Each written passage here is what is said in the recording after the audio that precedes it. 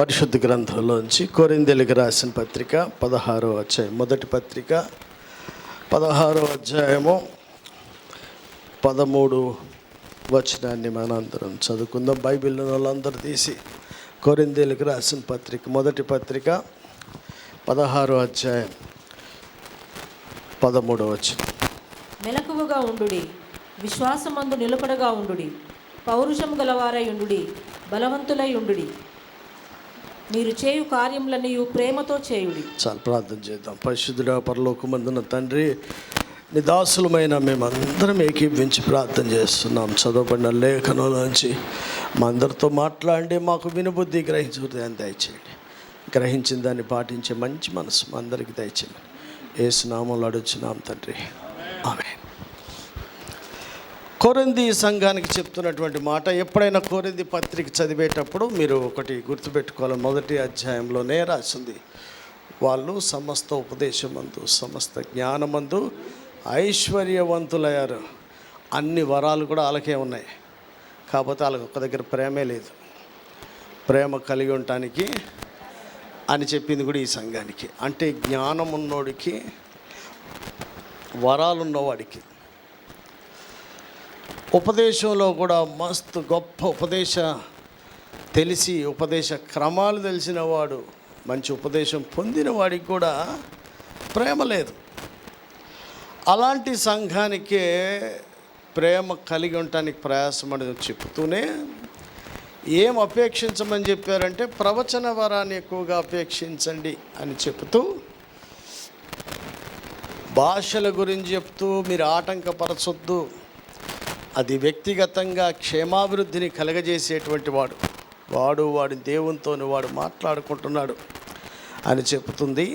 ప్రవచనము సంఘానికి క్షేమాభివృద్ధిని కలగజేస్తుందని చెప్పినటువంటి ఆ పౌలు గారి మాటలన్నీ చెప్తూ సంఘానికి ముగింపులో ఏం చెప్తున్నారట, మీరు మెలకువగా చెప్పాలా, మీరు మెలకువగా ఎందుకు ఉండాలి, ఎక్కడ ఉండాలి అనే విషయాలు చూస్తే, ఎప్పుడైనా మా అబ్బాయికి మొన్న వచ్చినప్పుడు చెప్పినారే, నువ్వు ముందు యేసుప్రభు గురించి ధ్యానం చేయరా,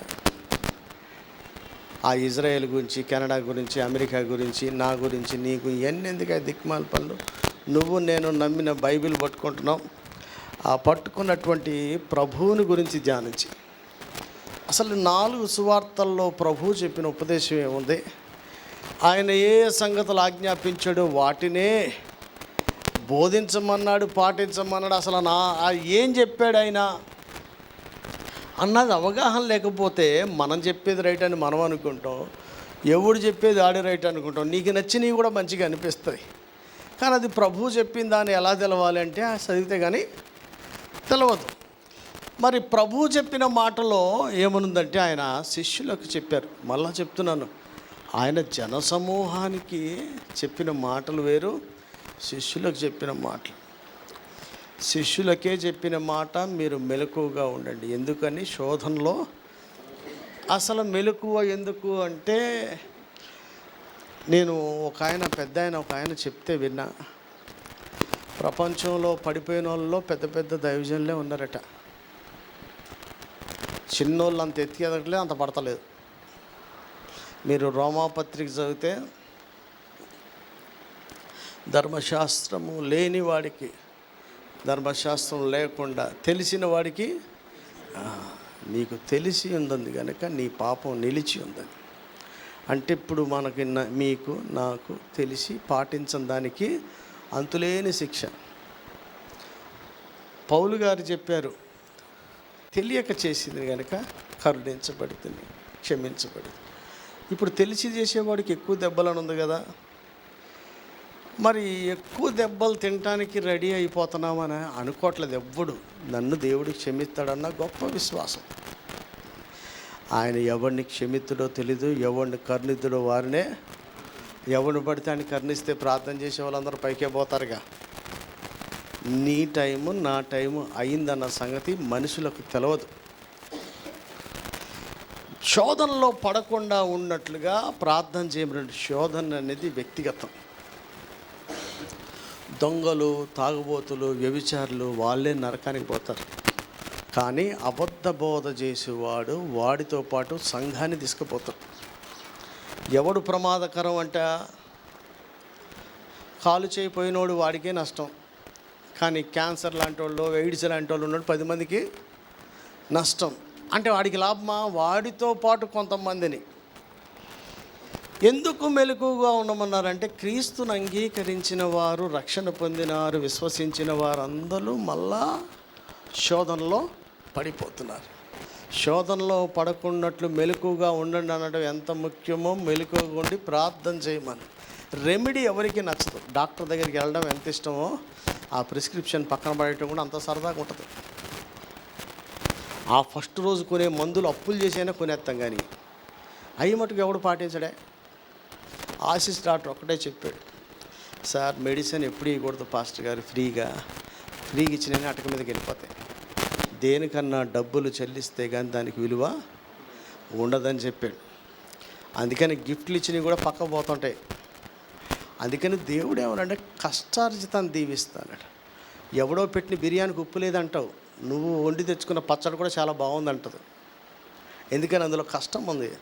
అది బేవర్స్గా తింటున్నావు. మందిని అంటానికి ఈజీగా వస్తుంది, మన పచ్చడి వేసుకోవడానికి మనం పులుసులాగా తయారవుతాం. అంత కష్టపడితే కానీ పచ్చడి మెతుకులు రావు.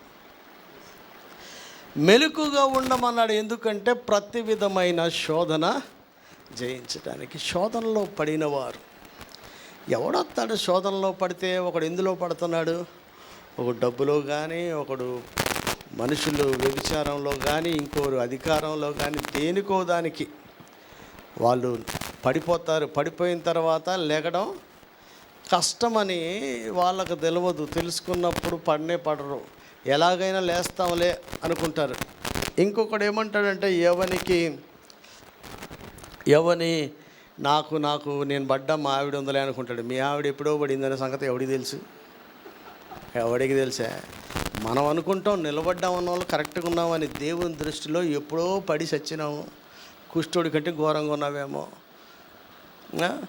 బండసాటి కుంటోళ్ళగా ఉందేమో బతుకు, పైకి గంభీరంగా మనం లేపుతామని ఎట్లా అనుకుంటాం?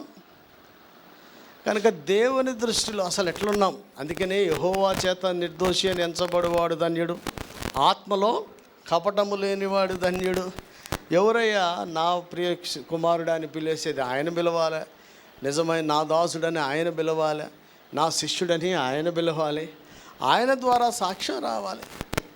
ఈ మెలకుగా ఉండమనేది దేనికంట? ఎవరికి చెప్తున్నారు? మళ్ళీ చెప్తున్నాండి, మనలాంటి ఏబిసిడీలు నేర్చుకునే కొంతలో ముదుర్లకు చెప్తుడు. ముదుర్లకే ఓవర్ కాన్ఫిడెన్స్ ఎక్కువ. ఇప్పుడు జరిగే ప్రమాదాలన్నీ ఓవర్ కాన్ఫిడెన్స్. మొన్న మీరు విన్నారా? నేను చెప్పాను, మర్చిపోయాను. ఓ తాగుబోతుడు వచ్చాడు ఇంటికి. ఆడ ఉన్న మీ వెనక పిల్లలు ఉన్నారు, మీరు ఉన్నారో లేదు గుర్తులేదు. ఆ లారీ అది పంజాబ్లో రాజస్థాన్ లారీ వచ్చింది, పెద్దది పట్టేరు లారీ వచ్చింది. వాడు విపరీతంగా తాగి నడవలేక వచ్చి ఆడ పడిపోయాడు. ఎక్కడ నేను వెనక పనికాడ ఉన్న అక్కడ కూర్చొని ఉంటే ఆడ వచ్చి పడిపోయాడు. మాట్లాడటం రాదు, నడవడం రాదు. ఏమో వీడేవాడా మన ఇంటి ముందు వచ్చేటట్టున్నాడు. ఒరే ఏంది అంటే బేకరీ బంద్ చేసింది, ఏదైనా కావాలని వీళ్ళు ట్రాన్స్లేషన్ చేశారు. ఆడేం చెప్పాడు మనకు తెలియదు. బాగా ట్రాన్స్లేషన్ చేసేవాడు టైటస్ గారే చెప్పాడు. వీడికి హిందీ రాదు, ఆడు హిందీని మాట్లాడి వీడు ట్రాన్స్లేట్ చేస్తాడు. సరే చేసే ఏమో వీడి కూడా మనకేదిరా, రెస్ట్ తీసుకోవాలంటే ఇక్కడ తీసుకుంటే వీడికి ఏముంది, ఆడే కూర్చోమని రోడ్డు మీద ఆ బేకరీ దగ్గర షెడ్ ఉంది కదా, ఆడ పడుకోమని అని తీసుకెళ్ళమని లేపుకొని నడవలేకపోతే బలవంతంగా తీసుకొని అక్కడ దాకా తీసుకెళ్తే వాళ్ళు లారీ ఎక్కేసుకొని పోతున్నాడు. నేనేం చెప్తానంటే ఇలాంటి ఆధ్యాత్మిక స్థితిలో ఉన్న ఎదవలు కూడా సంఘాలు నడుపుతున్నారు, కుటుంబాలు నడుపుతున్నారు, వాడికి వాడు స్టడీ అనుకుంటున్నారు.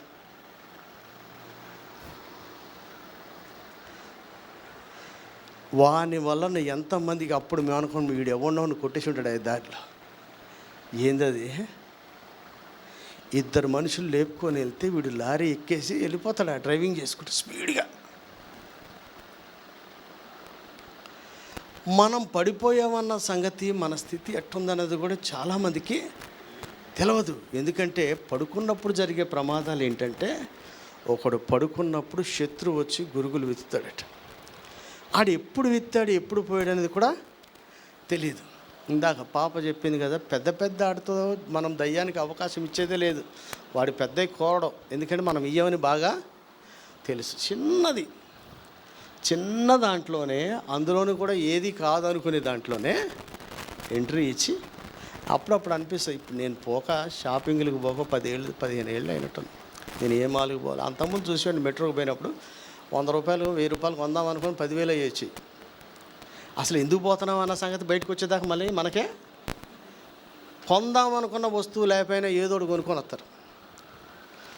అసలు లోకంలోకి వెళ్ళే వాళ్ళు మంచిగా ఉందాం అనుకుని వెళ్ళి చెడిపోయి వస్తారు. ఎందుకని మన మీద మన కాన్ఫిడెన్స్తో వెళ్ళి చెడిపోయి వచ్చేటోళ్ళు. యవనస్తులు అంతా టూర్కి వెళ్ళే వాళ్ళు అందరూ అందుకు పోతారుగా, నేను బాగానే ఉంటానని. సేవలోకి వచ్చిన వాళ్ళు కూడా దేవుడు ఉన్నాడు, సంఘం ఉన్నాడు అనుకుంటాడు. కానీ దేవుడు ఉంటాడు, సంఘం ఉంటాడు ఎప్పుడు మనం కరెక్ట్గా ఉన్నప్పుడే ఉంటాడు. ఏదో పనులు చేసినప్పుడు సన్నిధి రాలేదు ఆయన దగ్గర, మనతో పాటు ఎప్పుడు రాదు. అవిధేయులుగా ఉన్నప్పుడు సన్నిధి రాదు. కరెక్ట్గా ఉన్నోడికి ఆడికి ఎలాగో రాదు, ఆడు ఎలాగో ఓడిపోతాడు. కరెక్ట్గా ఉన్నోడిని చెప్తాడు, నువ్వు మెలకుగా ఉండరా బాబు, ఎందుకంటే నువ్వు శోధనలో పడతావని. ఇప్పుడు శోధనలో పడినోడు ఏమైపోయాడంట, వాడు చెడిపోతాడు. వాడికి మిస్ అయ్యేది ఏంది? ఇంతకీ యాకోబు పత్రిక ప్రకారం జీవకిరీటం మిస్ అవుతుంది. ఏదేదో అనుకుంటున్నాం కానీ ఇది పోయిందా, ఏమో సొక్కా పోతే ఇంకోటి కొనుక్కోవచ్చు, పైసా పోతే సంపాదించుకోవచ్చు అనుకుంటాం. కానీ ఆడ మిస్ అవుతుంది ఏందబ్బా, చదువు 1వ అధ్యాయం 12 వచ్చిన అనుకుంటా యాకోబు పత్రిక.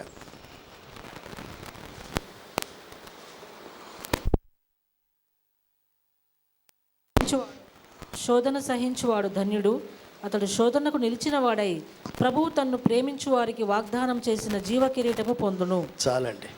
జయించిన వాడికి జీవ కిరీటం అంటే, జయించని వాడికి ఏముంది? ఏ నరకం ముచ్చట తర్వాత, నీ కొరడా దెబ్బల తర్వాత ముచ్చట, దేని కొరకు ప్రభువుని అంగీకరించావో ఆ కిరీటం పోయింది.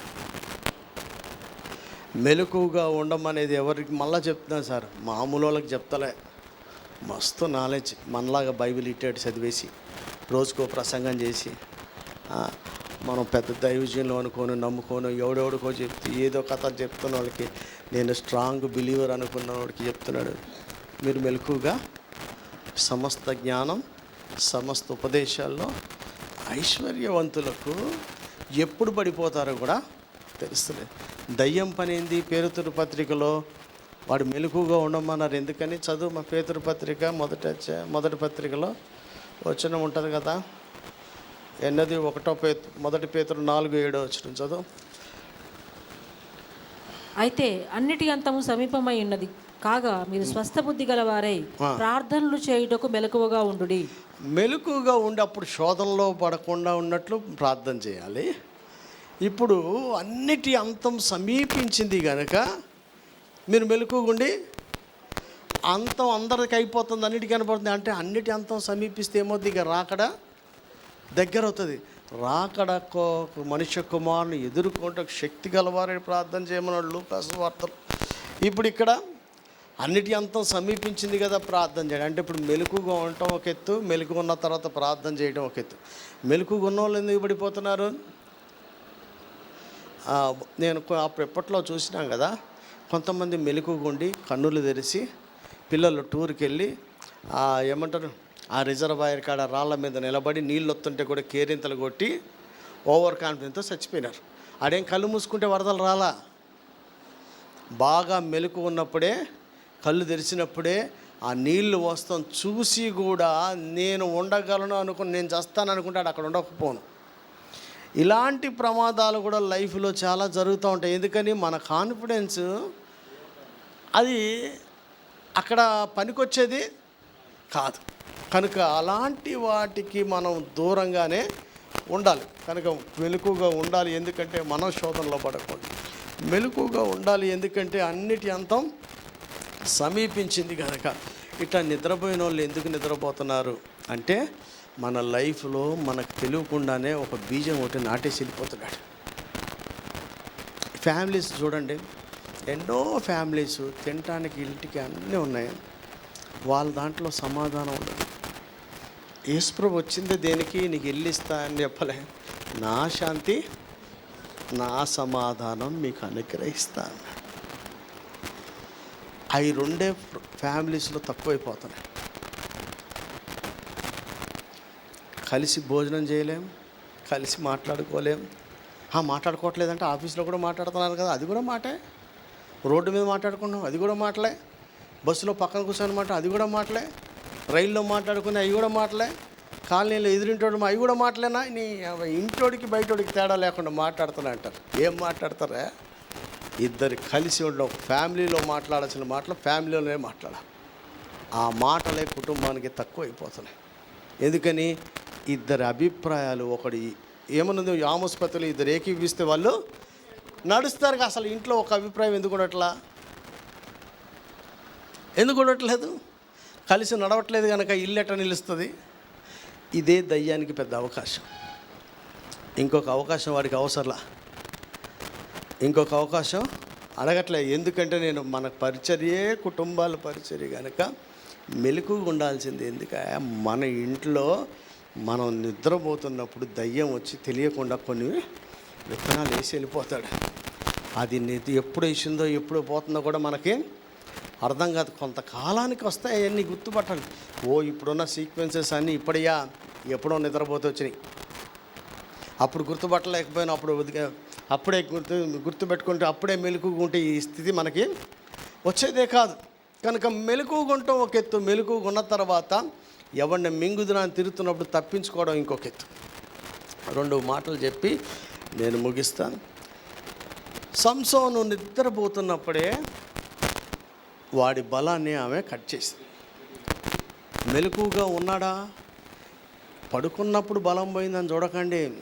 పిల్లతో తిరిగేటప్పుడు ఫిలిస్తీరాలని తెలీదా? ఎవరు ఏజెంటో తెలీదా? అసలు ఎవడితో సహవాసం? నేను అందుకనే కదా నేను నమ్ముతా, మనుషులందరితో సమాధానం, కొంతమందితోనే. అందరు మనవాళ్ళు కాదు. ప్రైజ్రాడు చెప్పినోడల్లా మనోడు అనుకుంటే అంత గలీజు బుద్ధి, అంత ఎదవలో మనం ఇంకొకలం. ఎవడు మంచోడా? మా అబ్బాయికి చెప్పినారే, సలహాలు ఇచ్చేవాడల్లా మంచోడు కాదురా, పలకరిచ్చేవాడల్లా మంచోడు కాదురా. నీ క్షేమం కోరి నీకు మంచి సలహాలు ఇచ్చేవాడు మంచోడు అనుకోకు. వాడు కొంత మేరకు నీ కొరకు సమయాన్ని, ధనాన్ని వెచ్చించేవాడు ఎవడున్నాడు చూడు. నీ కష్టకాలంలో నీ పక్షంగా నిలబడినోడు ఎవడు చూడు. అంత మాత్రం బుద్ధి లేకుండా కనపడినోడల్లా మనోడు అనుకుంటే ఎట్లా? వాడికి చెప్పినాడు, ఎక్కడో వెళ్ళి ఏదేదో చూసినోడల్లా మనోడు అనుకుంటాడు. ఎవడరా మనోడు? ఎవడు మనోడు? ఒక టెస్ట్ పెట్టి ఈ పని చేయమని, నీకు ఎవడన్నా డబ్బులు ఇవ్వమన్నారు, నేను తర్వాత ఇస్తాను. ఎవడిస్తాడు? రోజు మాట్లాడుతున్నారు కదా సంవత్సరం నుంచి, చూపిమని కాస్త. ఎవడు చేయడు. బోడి సలహాలు బోర్డు మంది ఇస్తారు, దానిలో ఆడికి కలిగేదే లేదు. నేను డానియల్ సార్ వచ్చాడు రాత్రి, నోట్స్ పట్టుకొని నేను ఊరు వెళ్తానంటే అందులో ఏం రాసి ఉంటే చూడంగానే కాస్త బైబిల్ చదువుతాం కానీ చెప్తారు. ఇందులో రాసున్న విషయం ఏంటంటే, ఎవ్వడు సొంత పనులే చేసుకుంటున్నారని ఒక కంప్లైంట్ ఇచ్చాడు సంఘానికి. ప్రతివాడు సొంత కార్యాలే చేసుకున్నాడు. చెయ్యంది ఏంటంటే యేసుక్రీస్తు కార్యాలు చేయట్లే, ఇతరుల కార్యాలు చేయట్లే. మన గురించి మనం ఆలోచించుకుంటే అసలు మనం ఎవరి కోసం నిలబడి ఉన్నాం, ఏం పని చేస్తున్నాం? మెలకుగా ఉండదు. ఎందుకంటే కంప్లైంట్ ఇచ్చేది ఎవడి పని ఆడి చేసుకుంటున్నారు. కానీ దేవుని పని చేయాలి, ఇది చేయాలి. అరే మనం మెలకుగా ఉంటే మనకు ముందు వచ్చిన దాన్ని మనం పాడు చేసుకోకుండా ఉండాలి. ఆయన సంసోన్ దగ్గరికి వెళ్ళినప్పుడు ఆయనకు అంత బలం వేసి నాజీరు చేయబడినవాడు. ఇవన్నీ తెలియదా? పిల్లలు బయటికి వెళ్ళినప్పుడు తెలీదా? సంఘంలో ఉన్న మనం ఆఫీస్కి వెళ్తే తెలియదా? పెళ్ళికి వెళ్తే తెలియదా? ఫంక్షన్లకు వెళ్తే తెలియదా? మనం సకల జనుల విధుల కంటే మన విధులు భిన్నంగా ఉండాలని మనకు తెలియదా? అన్నీ తెలిసిన పిల్ల మీద మోజుపడ్డట్టు మనం కూడా దేనికో దాని మీద, ఒక ఆచారం మీదనో, ఒక పద్ధతి మీదనో, ఒక డబ్బు మీదనో, ఇంకో దాని మీదనో, కులం మీదనో, దేని మీదో ఒక దాన్ని మోజు పెట్టుకుంటే అది వెయిట్ చేస్తుంది సార్. ఎప్పటిదాకా అంటే నీకు నిద్ర వచ్చేదాకా వెయిట్ చేస్తుంది. నీ నిద్ర రావడం మరుక్షణం దేవునికి నీకు మధ్యలో ఉన్న నాజీరు చేయబడిన దాన్ని కట్ చేసేస్తాం. ఇప్పుడు ప్రాబ్లం ఏంటంట, మాకు కూడా నిలబడినోడికి కూడా. అందుకని ప్రతి దినం కూడా మనలను మనమే పరిశీలించుకోవాలి. నేనైతే యథార్థంగా ప్రతిరోజు శుద్ధ హృదయం కోసం ఫస్ట్ లెగ్గాన్ చేస్తా. ఎంతసేపు చేస్తాననేది కాదు నా మనసు. ఎందుకంటే మన దేవుడే అంతరంగాన్ని పరిశీలించే, నా అప్పు కోసం, అది కోసం, ఇది కోసం, సంఘం కోసం, ఇవన్నీ సెకండరీ. ఫస్ట్ అంతరంగాన్ని పరిశీలించే నీతిగల దేవుడు. మనం పైన చూస్తుంటాం, ఆయన సముద్రపు లోతుకు చూస్తాడు. మన హృదయాన్ని పరిశీలించే నీతిగల దేవుడు. నీ హృదయ స్థితి దేవుని ఎదురు సరి అయిందిగా లేదని చెప్పాడు. దావీదు లాంటి వాడిని చూసి మీరు పై రూపం చూస్తాడు, నేను లోపల చూస్తాను అన్నాడు. ఒకడిని ఎంచుకునే ముందు ఆయనలో చూసేది పైనుంచి కాదు, లోపటి నుంచి. ఆ లోపటి నుంచి చూసే ఆయన చెప్తున్నాడు కదా, అయ్యా ఈడేందయ్యా, ఎలాంటి పుట్టక పుట్టాడు, ఎలాంటి పెంపకం పెంచారు, ఎన్ని విజయాలు సాధించాడు, ఇప్పుడు పిల్ల మీద మనసు పడుకోవడం ఏంటి? ఫిలిస్తీన్లు అంటే ఎవరు? దేవుని సంబంధులు కాదు, వాళ్ళ మీద, దాని మీద మనకు మనసు. అయ్యా ఇప్పుడు మీకు ఒక సంగతి తెలుసా, ఫ్యామిలీస్లో ప్రాబ్లమ్స్లో ఉన్న వాళ్ళు ఎక్కువ మందిలో ఏందవుతుంది తెలుసా, ఒకడు సంరక్షణ చేయలేని ఎదవ ఉండడం వల్ల సమస్యలు వస్తున్నాయి. ఇంట్లో కూర్చొని బాగా ఏలలేకపోవడం వల్ల సమస్యలు వస్తున్నాయి. మీ స్టోరీలన్నీ చూడండి, ఆడ మగోడు ఎదవైనందుకైనా సమస్యలు వస్తున్నాయి, ఆడది హుషారైనందుకైనా సమస్యలు వస్తున్నాయి. ఆ ఇద్దరు క్యారెక్టర్లు బైబిల్ ప్రకారం లేవు. దానికి కారణం ఎవరు? ముసలోళ్ళే. ఎవరిని ఎందుకు పంపిస్తారో, ఎక్కడ పెళ్లి చేస్తారో, ఏం చేస్తారో, దేన్ని చూసి చేస్తున్నారయ్యా, దేన్ని చూసి చేస్తారా? ఇన్ని లెక్చర్లు ఇస్తున్నా నేను, నా బిడ్డ టైం వచ్చేప్పటికి నా బుద్ధి బయటపెడతాను. సమయం వచ్చినప్పుడే కదా తెలిసేది దేనికి ప్రాధాన్యత ఇస్తున్నామని. కాబట్టి మీ అందరికీ చెప్తున్నా, మెలకుగా లేకపోతే ఏమవుద్దంట, నాజీరు చేయబడిన వాడు కూడా పోతాడు. అంతగా నీ వల్ల గొప్ప యుద్ధాలే జరగలేదు, నీ వల్ల ఇశ్రాయేలుకి జయమే రాలే, నీ వల్ల ఫిలిస్తీన్లకు భయమే రాలేదు. నిన్ను పడగొట్టడం ఎంత సులువు ఆలోచించి. ఇప్పుడు ఇది ఎందుకు చెప్తాను, నిన్ను పడగొట్టడం ఎంత సులువు. అంతలాని మహానుభావుడిని పడగొట్టేస్తే, కెనెత్ గారు చెప్పిన మాట నేను మర్చిపోను, మన వీక్నెస్ మీదే దయ్యం బాణం వేస్తాడు. మనం స్ట్రాంగ్ ఉన్న కాడ వాడు బాణం వేయడు, ఎందుకని మనం పడమని. ఒకడికి పిల్ల వీక్నెస్ అయితే పిల్లే వస్తుంది రోజు, ఒకటి డబ్బు వీక్నెస్ అయితే ఫైనాన్షియల్ మ్యాటరే వస్తుంది, ఒకటి ప్రొఫెషన్ అయితే అదే వస్తుంది, ఒకటికి టీచింగే గొడవ అనుకో, అదే నిలబడ్డ మైకే ఆడి వీక్నెస్ అనుకో, మైక్ ద్వారానే కొడుతుంది. పిల్లలే వీక్నెస్, పిల్లల ద్వారానే తంతారు.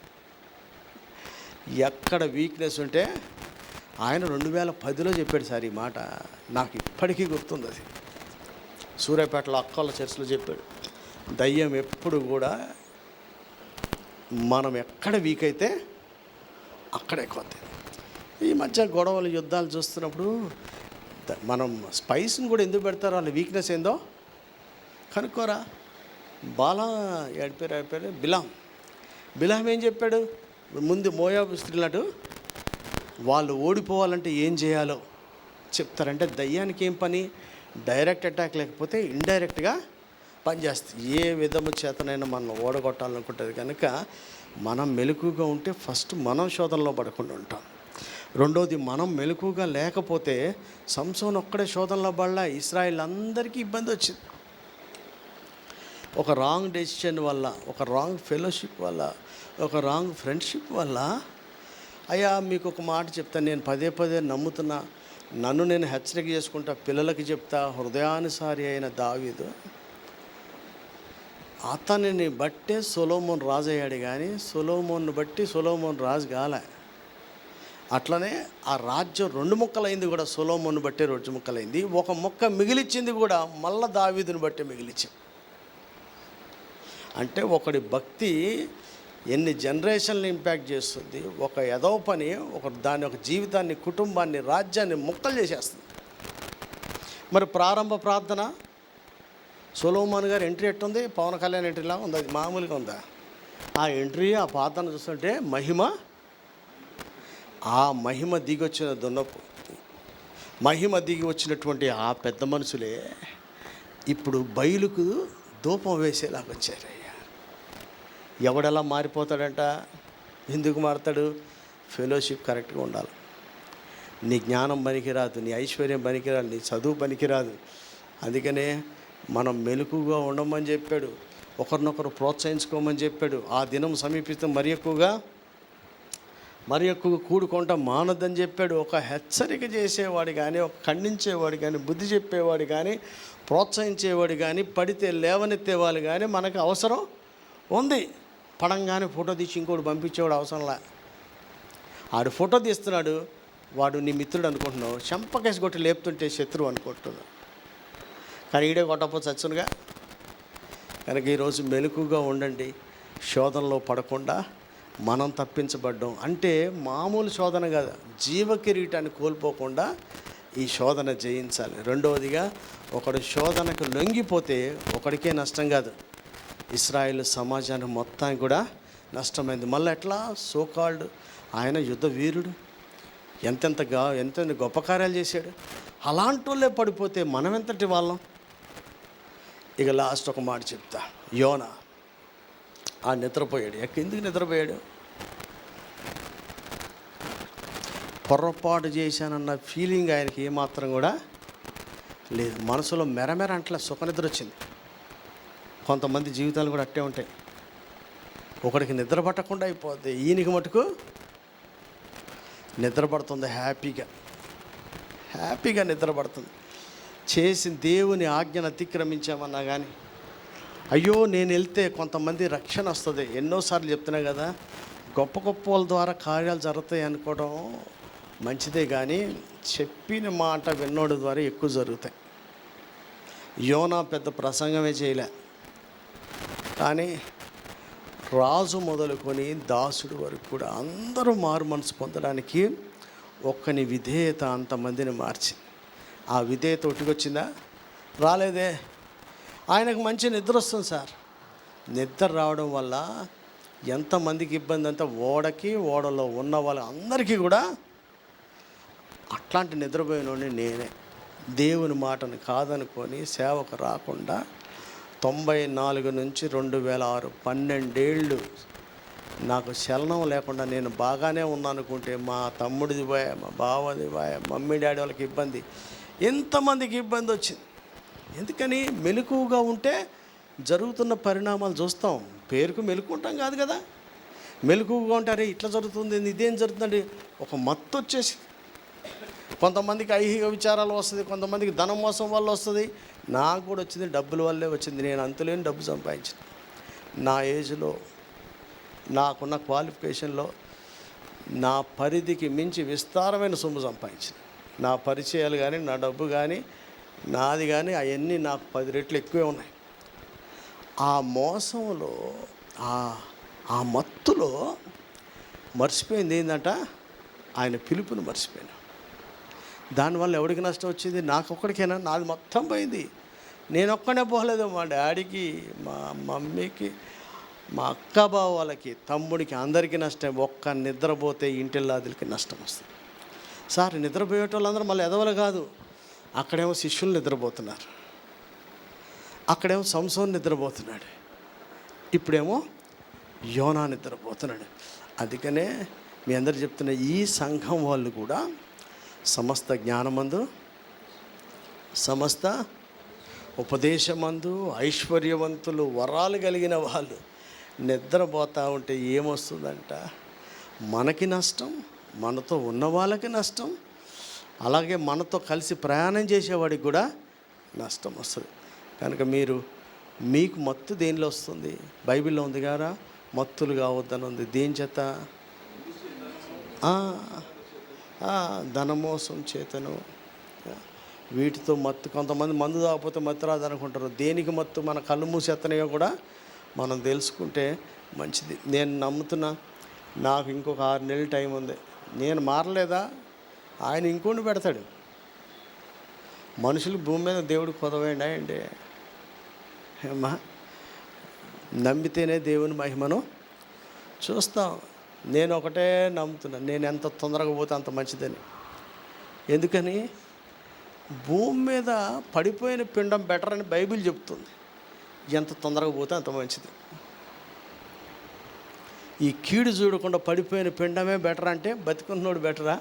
బతికున్నోడు కూడా కరెక్ట్గా తొందరగా మార్చుకొని వెళ్ళిపోవడం బెటరా? అప్పుడప్పుడు ఆలోచిస్తా పిల్లల గురించి, కానీ పిల్లల గురించి చేసేది ఏంది, సంఘం గురించి ఆలోచిస్తే నేను చెప్పంది ఏమైనా ఉందా, పాటించింది ఏమైనా ఉందా, ఏమీ లేని కాడికి నేను ఉండి చేసేది ఏంది. మనం కరెక్ట్గా ఉండి మనం పోతే సరిపోయి అన్న ఆలోచన ప్రతిదినం వస్తుంది. మళ్ళీ సేమ్ టైం నేను కరెక్ట్గా ఉన్నానని నాకు అనిపిస్తే మరి ఆయనకు అనిపించాలి కదా. బైబిల్లో ఒక ప్రార్థన ఉంది, మా దినములంతా మాకు తెలియజేయి, మా దినములు లెక్కించుట మాకు నేర్పించు. ఓయమ్మో ఎంతసేపు ఉన్నావా ఏంది కదా. ఆ మధ్యలో ఒకటి చెప్పాడు, ఎవరని, వివేకానందుడు ఎంత కొంచెం బతికిన ఎంత ఎఫెక్ట్ చేశాడు దేశాన్ని. పెద్ద పెద్ద దైవజనులు అందరూ కూడా త్వరగా చచ్చిపోయిన వాళ్ళే, ముసలోడు దాకా ఎవడు ఉండలే, కానీ వాళ్ళు ఖండాలని దేశాలను కూడా ప్రభావితం చేసినటువంటి వాళ్ళు. కనుక నాకు ఇవ్వబడిన ఆయుష్ కాలంలో నేను అనుకుంటా ఈరోజు నన్ను నేను చెక్ చేసుకోవాలి. రెండవదిగా నేను ఎంత నాజీరు చేయబడినా, ఎంత ఇశ్రాయేలు పక్షంగా న్యాయాధిపతిలాగా నన్ను నిలబెట్టినా, నా ఫెలోషిప్ ఎటుందో చూసుకోకపోతే నేను కాదు కదా, నాతో ఉన్నోడు అందరికీ కూడా కష్టం వస్తుంది. ఎంత ప్రవక్త అయినా రాంగ్ ప్లేస్కి వెళ్తూ ఉంటే మన వలన మనకు కష్టం కాదు, మనతో ఉన్నవాడు అందరికీ కూడా ఇబ్బంది. కనుక మెలకుగా ఉంటే ఏమొస్తుందట, మనం ఎటువైపు ప్రయాణం చేస్తున్నామో తెలుస్తుంది. ఇదే మత్తులో ఉన్నామనుకోండి, కొన్నాళ్ళకి గురుగులు విత్తేస్తే అసలు ఏది ఎక్కడ ఎట్ట మొలిసేదాకా కూడా అసలు తెలీదు. నేను సమస్తాన్ని సంపాదించుకొని ప్రాణం పోగొట్టుకుంటే ఏం ప్రయోజనం అన్నట్లుగా ఇన్ని సంవత్సరాలు లెచ్చరిచ్చి పిల్లలు దేవుని సన్నిధిలో లేకపోతే ఏం ప్రయోజనం, ఎన్ని సంవత్సరాలు లెచ్చరిచ్చి నేనే నరకానికి పోతే ఏం ప్రయోజనం, ఎవడి కోసం ఇది అని రోజు చెక్ చేసుకుంటున్నా. రోజు ఒక మెట్టెత్తుకున్నాను అంటలేదు, నేను ఆడనే ఉంటున్నా. ఎదగాలని ఆశ ఉంది, నా కోసం అందరూ ప్రార్థన చేయాలి. ఇక సమయం కొద్దిగానే ఉంది. ప్రభువు కోరుకున్న రీతిలో పరిచర్య చేయాలి, ఆయన కోరుకున్న పరిశుద్ధ జీవితం కలిగి ఉండాలి. కనుక మెలకుగా నాకు ఉండాలని తెలిసినా నేను ఎగ్జామ్ డేట్ వస్తుందని అందరికీ తెలుసు, ఎవడు ప్రిపరేషన్ చేసుకుంటారు, రాకడ వస్తుందని అందరికీ తెలుసు, ఎంతమంది సిద్ధపడతారు కదా. ప్రమాదం వస్తుందని అందరికీ తెలుసు, కానీ జాగ్రత్తలు తీసుకునే వాళ్ళు ఎంతమంది. కనుక ఈ రోజున మీ అందరికీ చెప్తున్నా, పర్సనల్గా శోధనలో మనం పడిపోతే మనకి జీవ కిరీటం పోతాయి. ఒక లీడర్గా, యజమానిగా, ఒక కుటుంబానికి యజమానిగా, ఒక సంఘానికి పెద్దగా ఉంటూ మనం తప్పిపోతే నాజీరు చేయబడిన వాళ్ళు ఇశ్రాయేలు అందరికీ కూడా నష్టమే. ఎలాగ చిన్న రాంగ్ ఫెలోషిప్తోని మనం బంధించబడ్డానికి కారణము ఫిలిస్తీన్ల శక్తి కాదు, మన అవివేకం. మనం బంధించబడ్డానికి ఎవరు కారణం?